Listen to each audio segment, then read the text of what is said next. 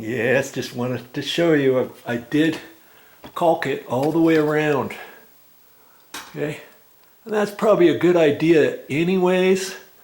If it's not perfectly tight, that way if you happen to have any insects up in your ceiling, which I hope you don't, it's just another way for them to come out. It's going to be around your ceiling fan, and of course we don't want that, and that'll protect everything. Okay, so now so far, has there been anything I've showed you so far that you don't think you could do on installing this knuckle, installing the wiring, tightening up the extension rod, putting the trim on, getting this all ready to install? I don't think so. I hope your answer is no. Okay, so now I've got to take that up there, and you'll notice. Let's just talk about that for a brief second before I get up there. Okay. You might think, okay, does it matter if I install it this way, this way, this way? Obviously, whichever way your mounting bracket is, you're going to have, or your box up there is, you're going to have to install it that way or that way, this way or that way. And I'll have to make the determination of what I want. Okay, but in it, there'll be a little nib. Do you see that little nib? It's kind of hard to see it. Maybe you can see it that way. See, it's poking out right there? Okay, that's going to line up with one of the nibs, one of the notches on your knuckle. Let's take a look at that knuckle. And you see, kind of hard to see there, but there'll be 4 notches. There's a notch there, there's a groove there, there's one over here, and there's one over there. In the old days, you see it right there, right here. In the old days, they used to only have 1 notch on the knuckle. Now they've got 4, and then you'd have to get it up there. And once I lift it up into position, then I have to move it slightly for it to go ka-clunk. And then you know that you've got your ceiling bracket mounted properly. Okay, so let's just, I don't know how well you're going to see that, but you're just going to have to kind of get the point. Maybe I should relocate my light, my construction light. I'll get it over here. And I had to get an extension cord for it because that breaker, as I recall, was on the guest room, and it shut the power off to this room, the whole room, as well as the smoke alarms and all that. Okay. Now, the mounting box, the pancake box, had 2 mounting screws, and I've already taken those 2 out. It's always important to find out when you get your mounting box, make sure it comes with the screws. The ceiling fans do not come with the mounting screws. Okay, so I'm going to have to kind of hold that up there and decide, do I want it like that, or do I want to flip it around like that? And I think if I just leave my ladder here, I can pull the motor up and ka-clunk right here. So I think that's what I'm going to do, is run it that way. And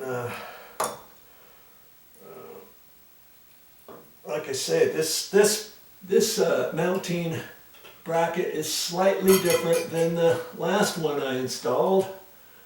So let's see here. We'll just get that wire out of the way. It comes with a little cushion there on the back side of this one. I kind of like that. Okay, so now I got a fish for it. There, good. And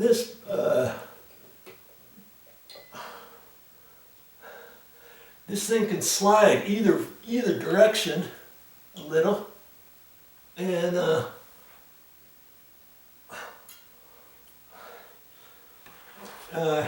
it's making it more difficult with that rubber gasket up there for me to not be able to see this as well. So I'm going to loosen this a little so I can kind of lower that down a little to then hopefully okay, there we go. Okay. Well, before I tighten that up, I was all concerned about not getting the caulking over too far and wiping it off, because I didn't want to get it beyond here. Well, this mounting bracket is way wider.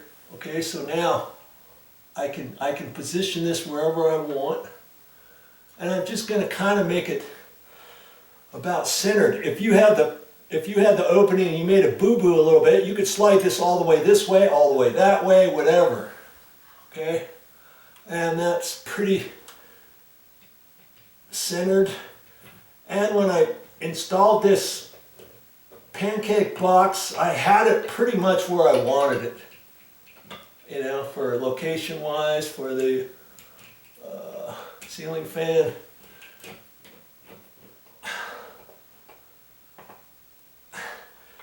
And see, even these screws, if one of these screws gets loose, can you see how your whole ceiling fan could wobble? Okay. Wow. Usually I can take a standard screwdriver and make it tighter, but they didn't make the notch deep enough.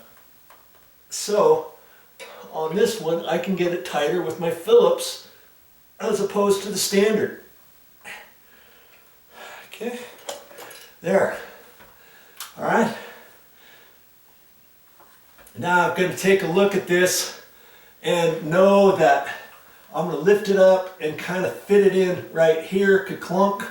So my ground wire is good to be over on this side. I'm glad I made the wires as long as I did initially, because the ground wire coming out of the box had to go across the box, zip-de-doodle around a ground screw, and now I'm taking the ground back this way to put the knuckle in. And then once I look at everything else, I can readjust things after I get this down in there, okay?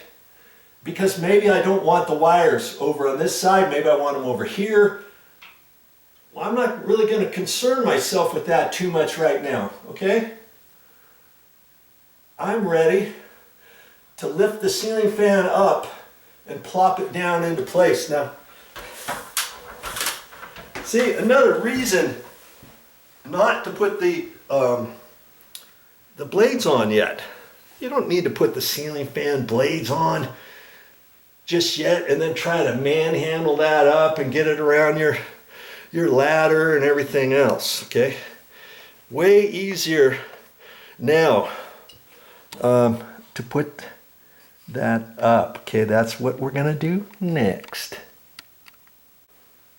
Can you believe that? I got 1 minute left on my SIM card of this whole thing. I thought I'd had plenty of time, but hey, if I can do it, you can do it. Remember that.